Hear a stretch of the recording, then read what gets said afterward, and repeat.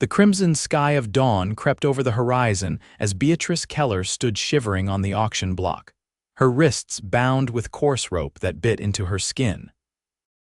Newton, Kansas, 1871, a bustling cattle town along the Kishome Trail where men made fortunes and women like her were sometimes sold alongside livestock. "Next up," bellowed the auctioneer, wiping sweat from his brow despite the early hour, a fine young woman, healthy and strong. "Can cook, clean, and read too. Starting bid is $50.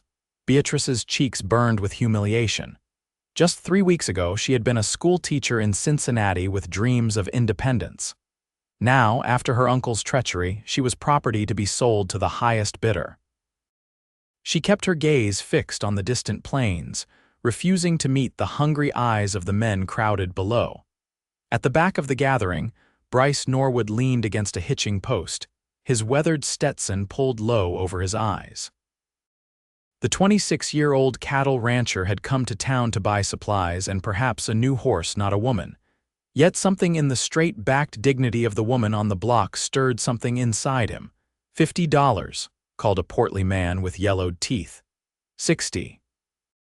Shouted another, a rail-thin man whose eyes were cold as winter.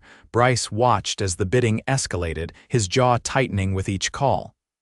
The woman, she couldn't be more than 22, stood motionless, but he could see her trembling even from where he stood. $100. Announced a voice Bryce recognized as belonging to Silas Warner, owner of the town's most notorious saloon. The kind of man who broke women for sport. A murmur rippled through the crowd. It was a high price, especially after the cattle and furniture from the bankrupt Kingsley estate had already been auctioned off. The woman had been the final item, an afterthought, a niece who had apparently been willed as property. 100 going once. The auctioneer began. Bryce's hand moved to the pouch at his belt. Inside was everything he had earned from his last cattle drive, money meant for fence posts, seed, and maybe a plow. Money that represented 3 years of backbreaking work building his small ranch 10 miles outside town, going twice. $300, Bryce called out, his voice cutting through the morning air like a knife. A hush fell over the crowd as heads turned toward him. The woman on the block finally looked at him, her eyes wide with a mixture of fear and something else, perhaps hope. $300. The auctioneer repeated incredulously. From Mr. Norwood, Bryce stepped forward, the crowd parting for him. You heard me, $300. Silas Warner scowled. $350. Without hesitation, Bryce countered. $400.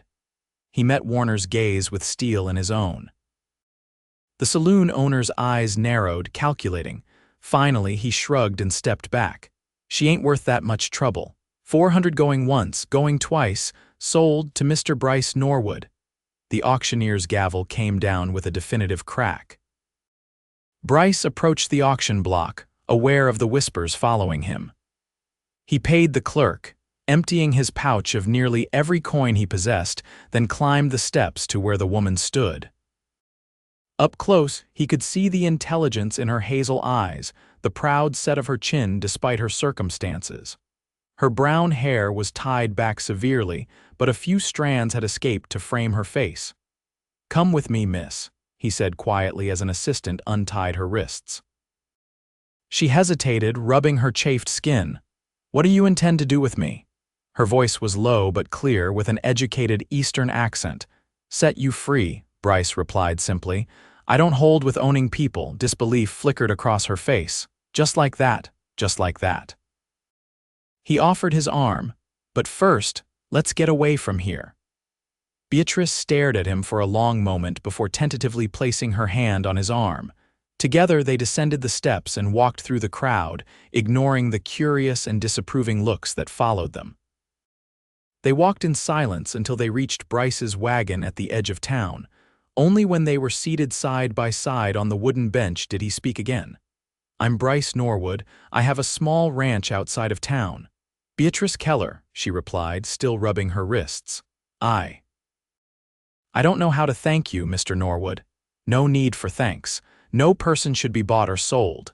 He clicked his tongue and the horses began to move. "Are you hungry?" There's a decent cafe not far from here. Beatrice nodded, suddenly aware that she hadn't eaten since the previous morning. Yes, but I have no money. My treat, Bryce said, guiding the horses down the dusty main street. Then we can figure out what you want to do next. What I want to do, she repeated as if the concept was foreign. You're free, Miss Keller. Your life is your own again. Tears welled unexpectedly in Beatrice's eyes and she quickly brushed them away. I'm sorry, it's just, I thought. I know what you thought, Bryce said gently, but that's not why I bid on you. They arrived at a small, whitewashed building with a sign reading Martha's Kitchen. Bryce helped Beatrice down from the wagon and tied the horses to a post. Inside, the cafe was warm and smelled of fresh bread and coffee. A plump woman with graying hair approached them, wiping her hands on her apron. Bryce Norwood, ain't seen you in town for months. And who's this pretty young lady? Martha, this is Miss Beatrice Keller. She's had a rough morning. We could both use some breakfast. Martha's eyes darted between them, clearly curious, but she merely nodded and led them to a corner table. Coffee's fresh and I've got biscuits just out of the oven. When they were alone, Beatrice studied Bryce across the table. He was handsome in a rugged way, with sun-bronzed skin and eyes the color of a summer sky. His hands were calloused and strong working hands. Why did you do it? She asked suddenly. By me, I mean. Bryce poured coffee from the pot Martha had left. I saw what those other men wanted, especially Warner. I couldn't let that happen. But you spent everything, didn't you? I heard the talk in town. You're not a wealthy man. He shrugged, a half-smile touching his lips. Money's just money, I'll earn more. And now, what happens to me now? That depends on you. Do you have family somewhere who can help you? Beatrice shook her head. My parents died of fever 5 years ago. My uncle was my only family. He brought me west, promising a teaching position. Instead, he gambled away everything he owned, including me, apparently. He disappeared 2 days ago. Martha returned with plates piled high with biscuits, eggs, and bacon. Eat up, you two. You look like you need it. When she left, Bryce leaned forward. Can you still teach? Of course, it's my profession, or was. Newton's growing fast. The school's looking for a teacher. The last one left when some cowboys shot up the place during a celebration. Hope sparked in Beatrice's eyes. Really? Do you think they'd hire me? Worth asking. I know some folks on the school board. He took a bite of eggs.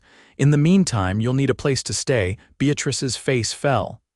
I have no money for lodging. There's a widow outside town, Mrs. Holloway. She takes in boarders, mostly respectable young women. She's strict but fair. I could speak to her. Why are you being so kind to me? Beatrice asked, her voice barely audible. Bryce was quiet for a moment. My mother was sold like you back in Georgia after my father died. A good man bought her freedom, helped her start over. She met my stepfather out west. I was 10 then. His eyes met hers. I'm just paying forward what was once done for us. After breakfast, they visited the schoolhouse, a modest wooden building on the edge of town.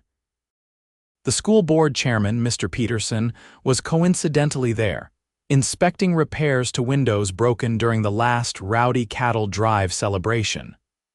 A teacher, you say? He said, eyeing Beatrice skeptically. You have credentials, my papers were. Lost, Beatrice said, not wanting to explain her situation. But I taught for 3 years at the Millicent Academy for Young Ladies in Cincinnati. You can write to the headmistress, Mrs. Alina Whitford, for a reference.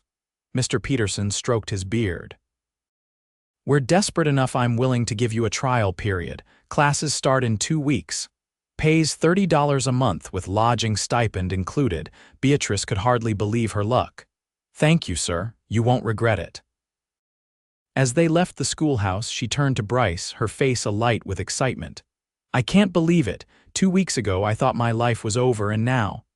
Now you're starting fresh, Bryce finished for her. Let's go see Mrs. Holloway about that room, Mrs. Holloway's boarding house was a tidy 2-story building surrounded by a white picket fence. The stern-faced widow listened to their story, a carefully edited version that omitted the auction with narrowed eyes.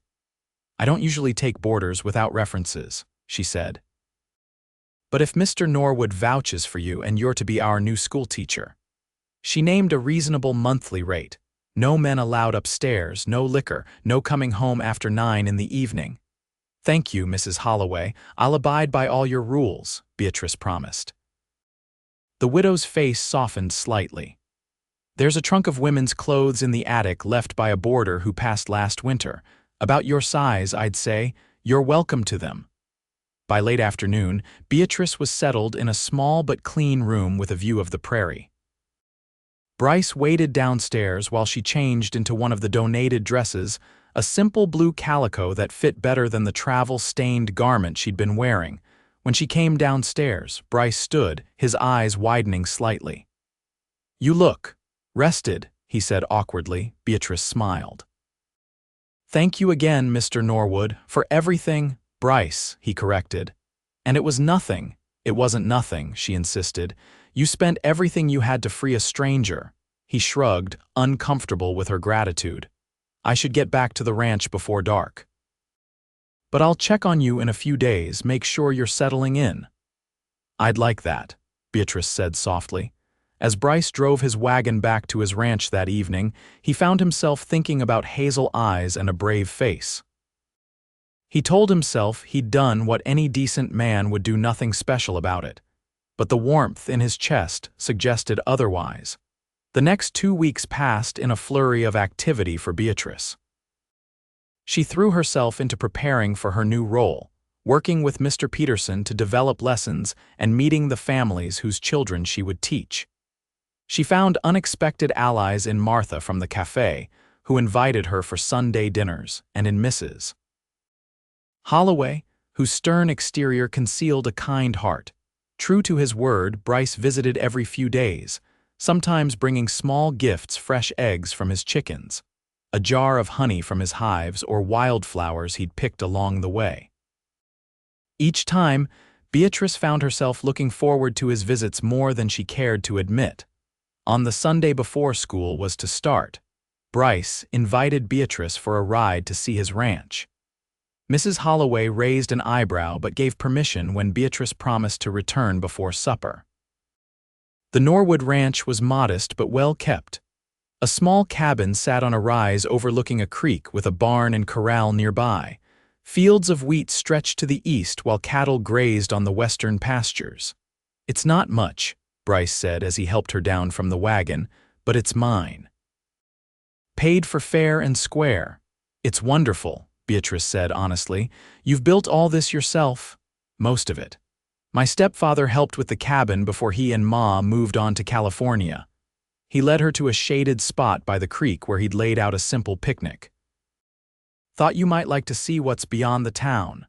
They sat on a blanket, sharing cold chicken and biscuits while Beatrice told him about her preparations for school.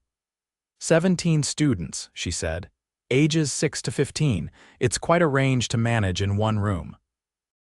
"You'll do fine," Bryce assured her. "Those kids need someone who cares." "What about you?" Beatrice asked. "Do you ever get lonely out here by yourself?" A shadow crossed his face. "Sometimes, but I'm used to my own company. No sweetheart waiting for you in town." The question slipped out before she could stop it. Bryce chuckled. "No, madam, most women don't fancy the idea of being a rancher's wife. It's a hard life." "But a good one, I think," Beatrice said, looking around at the peaceful setting. Their eyes met, and something passed between them, a recognition, perhaps, of kindred spirits. But the moment was broken by a distant rumble of thunder. "Storm's coming," Bryce said, standing quickly. "We'd better get you back to town." They barely made it to Mrs. Holloway's before the skies opened. As Beatrice waved goodbye from the porch, watching Bryce drive away through the downpour, she realized with a start that she was falling for him, the quiet cowboy who'd given everything to set her free. The Newton schoolhouse quickly became Beatrice's sanctuary. Despite the occasional challenges like Johnny Walter's frogs in her desk drawer, or the Porter twins' constant bickering, she found she loved teaching the frontier children.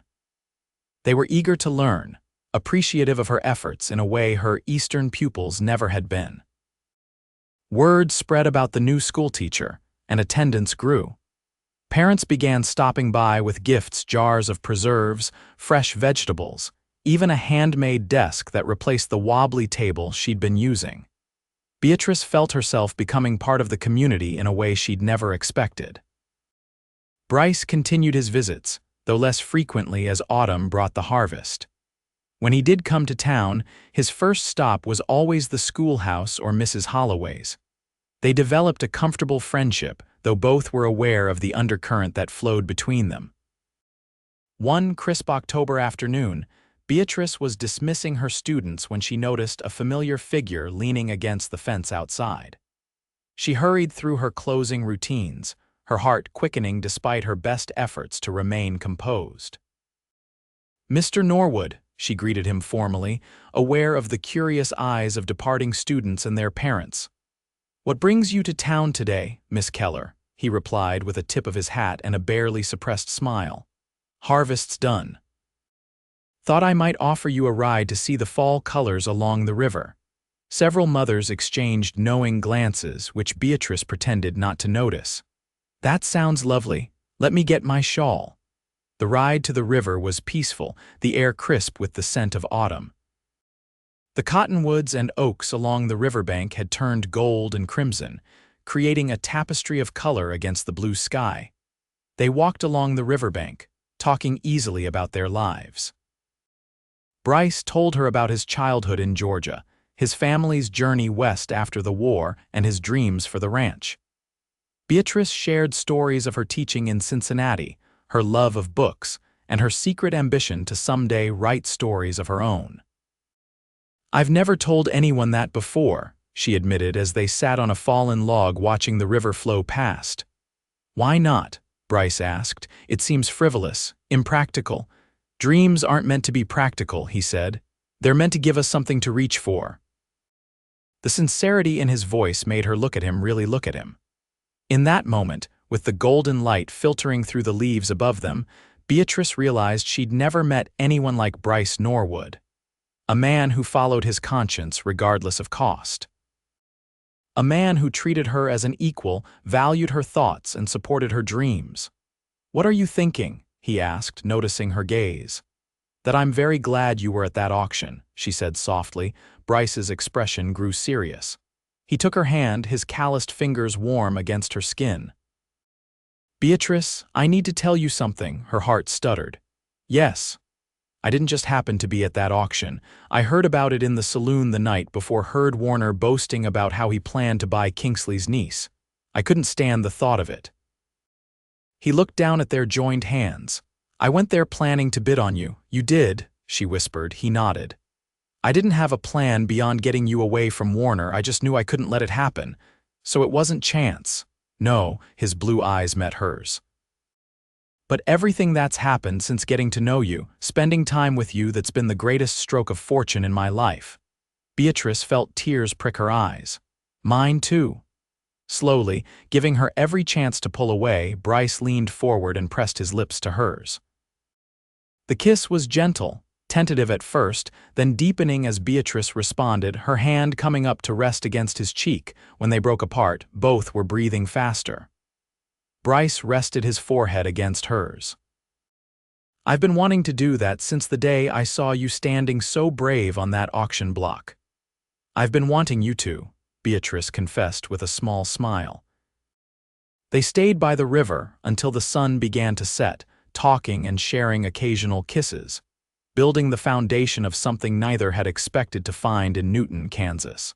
As winter approached, Beatrice found herself thinking of Bryce during every quiet moment. Their courtship had progressed slowly but steadily, with rides in the countryside, dinners at Martha's Cafe, and long talks by Mrs. Holloway's parlor fire, with the door left conspicuously open, of course. The townsfolk had largely accepted their relationship, though there were still whispers about how they'd met. Some disapproved of a schoolteacher keeping company with a rancher, while others thought the match perfectly suitable. Beatrice found she cared little for their opinions, a surprising development for someone who had always been concerned with propriety. The first snow fell in late November, transforming Newton into a winter wonderland. School continued despite the cold, with students bringing wood for the stove and Beatrice organizing spelling bees and recitations to keep spirits high during the short, dark days. Bryce visited when weather permitted, sometimes staying in town overnight at the hotel rather than risking the journey back to his ranch in darkness. On one such evening, they sat in Martha's cafe after closing, helping the older woman prepare vegetables for the next day's stew. "You two ought to set a date," Martha said abruptly, her knife thudding against the cutting board as she chopped carrots. "Before tongues start wagging more than they already are." Beatrice nearly dropped the potato she was peeling. "Martha." Bryce looked equally startled, though a thoughtful expression crossed his face. "She has a point." "Bryce," Beatrice felt her cheeks burning. "What? It's not like we haven't both been thinking about it." His blue eyes held a challenge. Martha chuckled and discreetly moved to the back room, leaving them alone. "Have we?" Beatrice asked when she found her voice. Bryce set down his knife and took her hands in his. "I have. Every day since that afternoon by the river." He took a deep breath. "I love you, Beatrice. I think I started falling for you that very first day. I know I don't have much to offer." "Stop," she interrupted. "You have everything to offer. Kindness, integrity, a good heart. Those are worth more than all the riches in the world." Hope lit his face. "Does that mean?" "Yes," she whispered. "I love you too." He kissed her then, right there amid the half-peeled potatoes and chopped carrots. When they separated, he was grinning like a boy on Christmas morning. "I don't have a ring yet," he admitted. "I've been saving up, but I don't need a fancy ring," Beatrice assured him. "Just you." Martha reappeared, her timing suspiciously perfect. "Well," she demanded, hands on her hips. Bryce's smile could have lit the darkest night. "She said yes. About time." Martha declared, wiping her hands on her apron. "Now, when's the wedding?" They decided on Christmas Eve. The schoolhouse would be closed for the holiday and the whole town would be in a festive mood. 6 weeks gave them just enough time to prepare. Word spread quickly through Newton. The schoolteacher and the rancher were to be married, the couple whose unusual meeting had been the subject of so much gossip. To Beatrice's surprise, the response was overwhelmingly positive. Her students were especially excited, the girls pestering her with questions about her dress and the boys solemn in their congratulations. "Will you still be our teacher after you're married, Miss Keller?" asked 8-year-old Emma Lawson one afternoon. "For the rest of the school year, at least," Beatrice assured her. "After that, we'll see." The truth was, she and Bryce hadn't fully decided on arrangements. His ranch was too far for her to commute daily to the schoolhouse. They'd discussed her moving to the ranch after the school year ended in May, but no firm plans had been made. As the wedding day approached, preparations intensified. The women of Newton rallied around Beatrice. Mrs. Holloway and her boarders helped sew a simple but elegant wedding dress. Martha baked a 3-tier cake. The mothers of Beatrice's students organized a decorating committee for the church. Bryce, meanwhile, worked feverishly to prepare the ranch for his bride. He added a second room to the cabin, installed glass windows ordered specially from Topeka, and built a bookshelf for Beatrice's growing collection. His neighbors helped raise a proper barn to replace the lean-to he'd been using, turning the work into a community celebration. 2 days before the wedding, a heavy snowstorm blew in from the north. Beatrice stood at her window at Mrs. Holloway's, watching the swirling white with growing concern. Bryce had gone to his ranch the day before to finish preparations and was due back that evening with the minister, who lived in a settlement 15 miles away. By nightfall, the snow was knee-deep and still falling. Mrs. Holloway shook her head grimly as she stoked the parlor fire. "No one will be traveling in this, not if they've got sense." "Bryce will come," Beatrice said with more confidence than she felt. "He promised." But as the evening wore on with no sign of Bryce or the minister, even Beatrice's faith began to waver. What if he'd been caught in the storm? What if he was lying injured or worse somewhere between his ranch and town? She was preparing for bed, fighting tears, when she heard the faint jingle of harness bells. Racing to the window, she wiped away the frost to see a snow-covered wagon pulling up outside, two exhausted horses steaming in the cold air. Heedless of propriety, she ran downstairs and out the front door, not even stopping for a coat. Through the falling snow, she saw Bryce jumping down from the wagon, a second figure beside him. "Bryce," she called, her voice nearly lost in the howling wind. He looked up, his face breaking into a relieved smile when he saw her. In 3 long strides, he reached her, sweeping her into his arms. "You're freezing. Get back inside, you foolish woman. You came," she whispered against his chest. "Of course I came. Wild horses couldn't keep me away." He looked down at her with such tenderness that her heart nearly burst. "I brought Reverend Collins, nearly had to kidnap him, but he's here." Mrs. Holloway appeared in the doorway, wrapping a shawl around Beatrice's shoulders. "For heaven's sake, child, come in before you catch your death. You too, Mr. Norwood, Reverend. There's hot coffee waiting." The next day the snow stopped, but drifts 4 feet high blocked many of the roads. Still, word spread that the wedding would proceed as planned. Townspeople spent the day digging paths through the snow, determined that nothing would prevent the celebration. Christmas Eve dawned clear and cold, the snow-covered landscape glittering in the sun like a field of diamonds. By noon, the small church was packed with nearly every resident of Newton. Evergreen boughs decorated with red ribbons lined the walls, and candles cast a warm glow over the proceedings. Bryce stood at the altar, looking uncomfortable but handsome in his new suit. His eyes never left the door, waiting for his bride. When the piano began to play, the congregation rose. Beatrice appeared in the doorway on the arm of Mr. Peterson, who had agreed to give her away. Her dress was simple white muslin with lace trim, her brown hair crowned with a wreath of winter greenery. But it was her radiant smile that transformed her into the most beautiful woman Bryce had ever seen. The ceremony was brief but heartfelt. When Reverend Collins pronounced them husband and wife, Bryce kissed his bride to the cheers and applause of the entire town.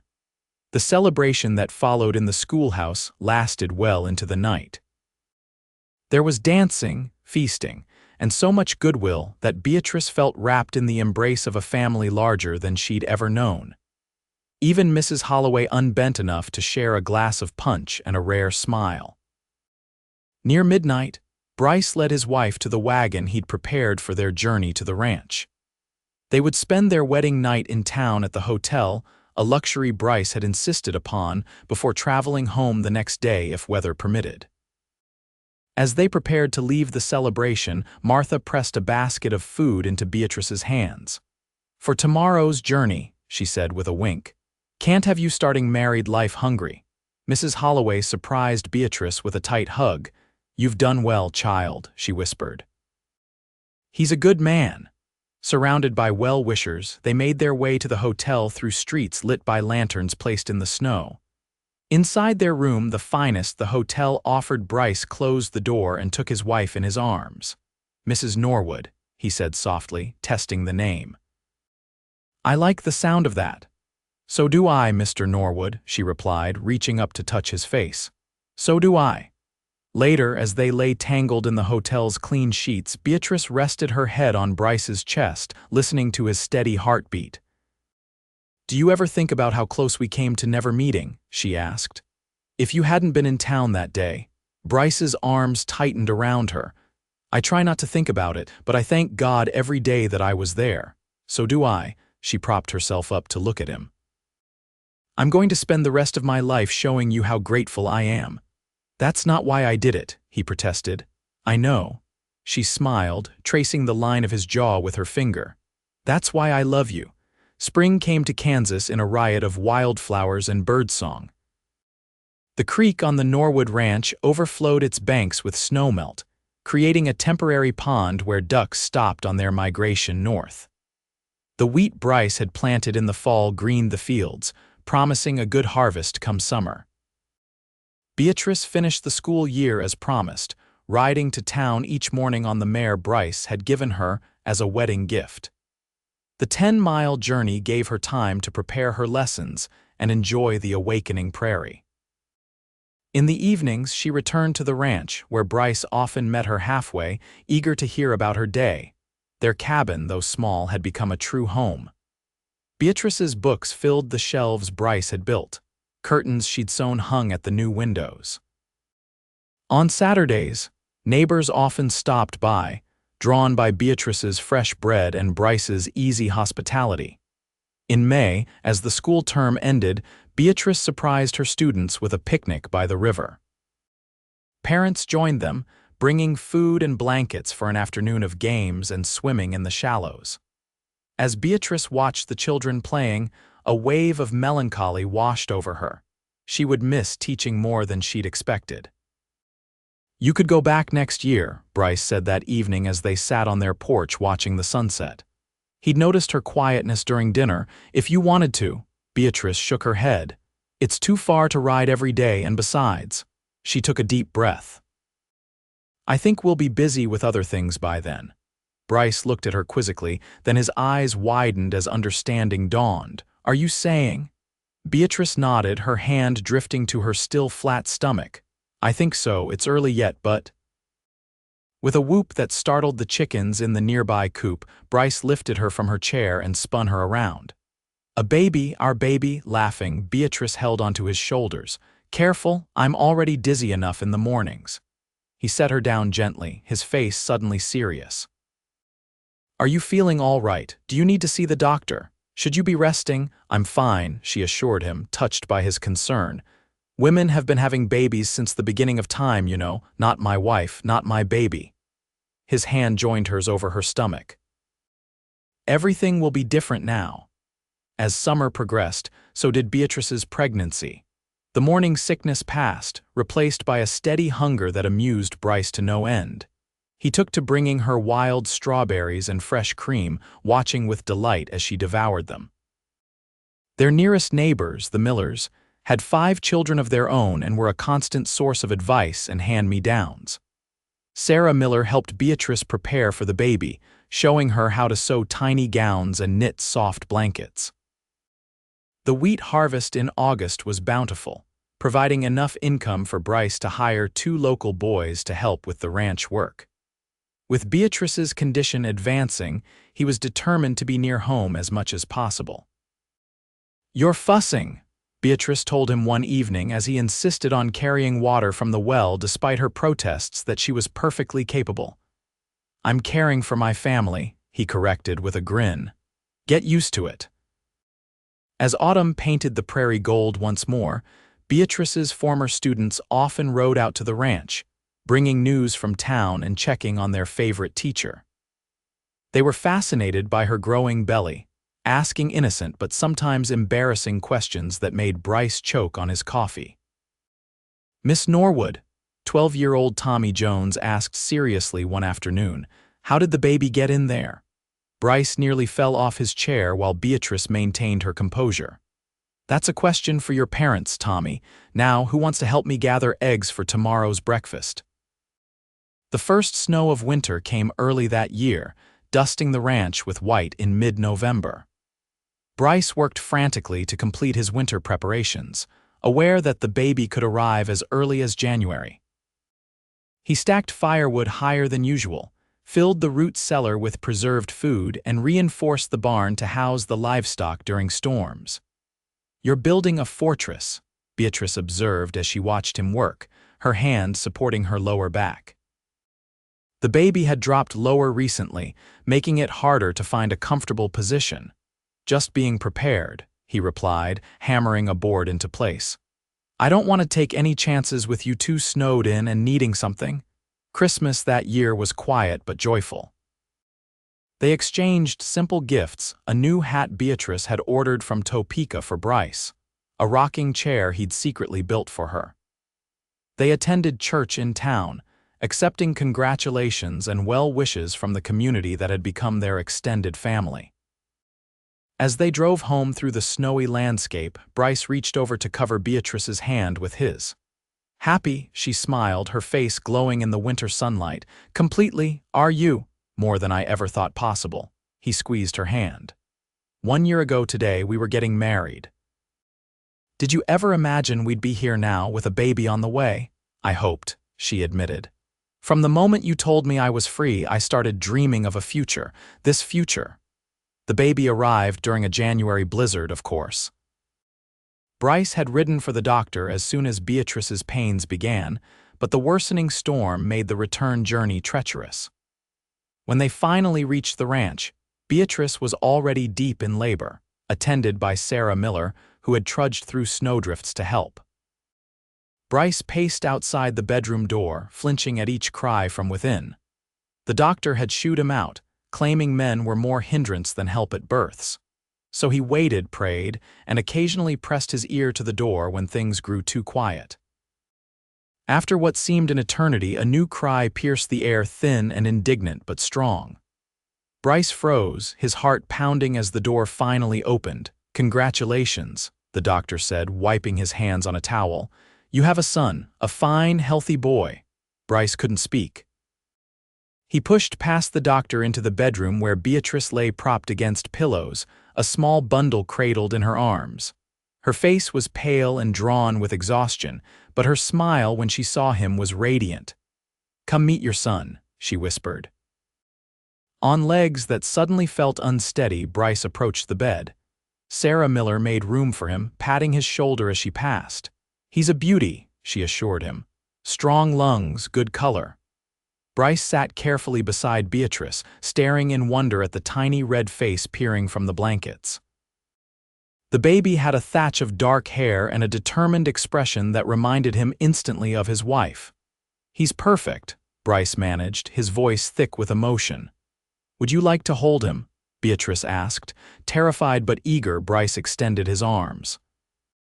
The baby seemed impossibly small against his broad hands, but as he cradled his son against his chest, a fierce protective love swept through him. "What should we name him?" he asked, not taking his eyes off the tiny face. "I was thinking Benjamin," Beatrice suggested, "after my father." "Benjamin Norwood." Bryce tested the name, watching as his son's eyes fluttered open briefly. "I think it suits him." As the blizzard raged outside, the new family huddled together in the warmth of their home, beginning the next chapter of their unexpected story. The years that followed brought changes both expected and surprising. Benjamin grew from a curious toddler into an active boy with his mother's intelligence and his father's love of the outdoors. The ranch prospered, allowing Bryce to add more land and livestock. And Beatrice, to her delight, found a way to continue teaching while raising her family. It started with lessons for Benjamin at the kitchen table, but soon included the Miller children and others from neighboring farms who found daily trips to the Newton schoolhouse challenging. Before long, Beatrice was running an informal school 3 days a week in their front room. When the community proposed building a schoolhouse halfway between the Norwood Ranch and town, Bryce donated the land without hesitation. "You found your calling twice over," he told Beatrice as they watched the schoolhouse take shape. "Teacher and mother, I'm proud of you." "And you've built something wonderful," she replied, gesturing to the thriving ranch around them. "Not bad for a cowboy who spent everything he had on a woman he didn't know." "Best investment I ever made," Bryce said, pulling her close for a kiss that, even after 5 years of marriage, still made her heart race. Benjamin was joined by a sister, Emma, when he was 4, and another brother, William, 2 years later. The Norwood home, expanded now to accommodate their growing family, became a center of community life, a place where neighbors gathered for celebrations, where travelers found welcome, and where the unlikely love story that had begun at an auction block continued to unfold day by day. On a warm summer evening 10 years after their first meeting, Bryce and Beatrice sat on their porch swing, watching their children chase fireflies in the gathering dusk.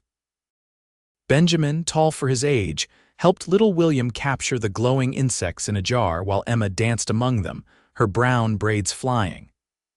"Remember when you asked if I ever thought about how close we came to never meeting?" Bryce said, his arm around his wife's shoulders. Beatrice nodded, leaning into his embrace. "Of course. I've been thinking lately that it wasn't chance at all. His eyes followed Benjamin as the boy carefully released the captured fireflies. It was meant to be all of it, even the auction, Beatrice asked softly. Even that, Bryce confirmed. As terrible as it brought us together, and look what came of it. He gestured to their children, their home, the life they'd built. Beatrice was silent for a moment, considering. Finally, she turned to face her husband, taking his weathered hands in hers. "You know what? I think you're right." She smiled, the same brave, beautiful smile that had captivated him that fateful morning in Newton. "Everything that happened led us here, and I wouldn't change a single moment." As twilight deepened into night, they called their children in for bed. Later, with the house quiet and the moon casting silver light through their bedroom window, Bryce held Beatrice close, thinking of the journey that had brought them to this moment, a journey that had begun with an act of courage and kindness on an auction block in Newton, Kansas, and had led to a life richer than either of them had dared to dream.